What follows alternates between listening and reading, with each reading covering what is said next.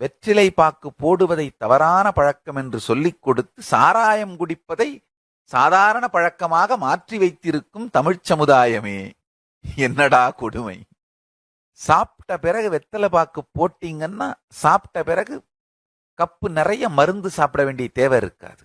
வெத்தலை பாக்கு மெல்லும் பொழுதே இந்த கருத்தை மெல்லுங்கள், இந்த சிந்தனையை உள்வாங்குங்கள்.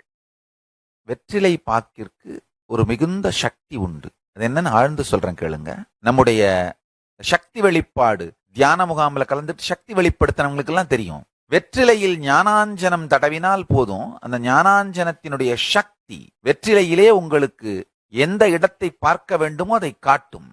நன்றாக புரிந்து கொள்ளுங்கள். வெற்றிலையில் பயோ மெமரிய, மசில் மெமரிய ஸ்டோர் பண்ண முடியும். நீங்க வெத்தலையை மென்னுக்கிட்டே ஒரு கருத்தையும் மென்னீர்களானால் அது உங்களுடைய கனவு நிலை வரை ஆழமாக சென்று விடும். நான் சொல்றது ரொம்ப விளையாட்டுத்தனமா இருக்கும். சத்தியத்தை சொல்ல வேண்டியது என் கடமை, அதனால் சொல்கின்றேன். சன்னியாசிகள் வெற்றிலை பாக்கு போடுகின்ற பழக்கம் இல்லாததனால் அவங்கள தவிர எல்லா கிரகஸ்த சீடர்களும் வெற்றிலை பாக்கு போட்டுக் கொள்ளுங்கள் என்று வேண்டுகோள் வைக்கிறேன். நன்றாக புரிந்து கொள்ளுங்கள். இந்த வெற்றிலை பாக்கோடு சேர்ந்து ஒரு கருத்தை மென்றீர்களானால் அது ஆழமாக கனவு நிலை வரை பயோமெமரிக்குள்ள போயிடும். கைலாசாவின் நவராத்திரி திருவிழா கொண்டாட்டங்களில் இணையுங்கள். சேனலை சப்ஸ்கிரைப் செய்யுங்கள்.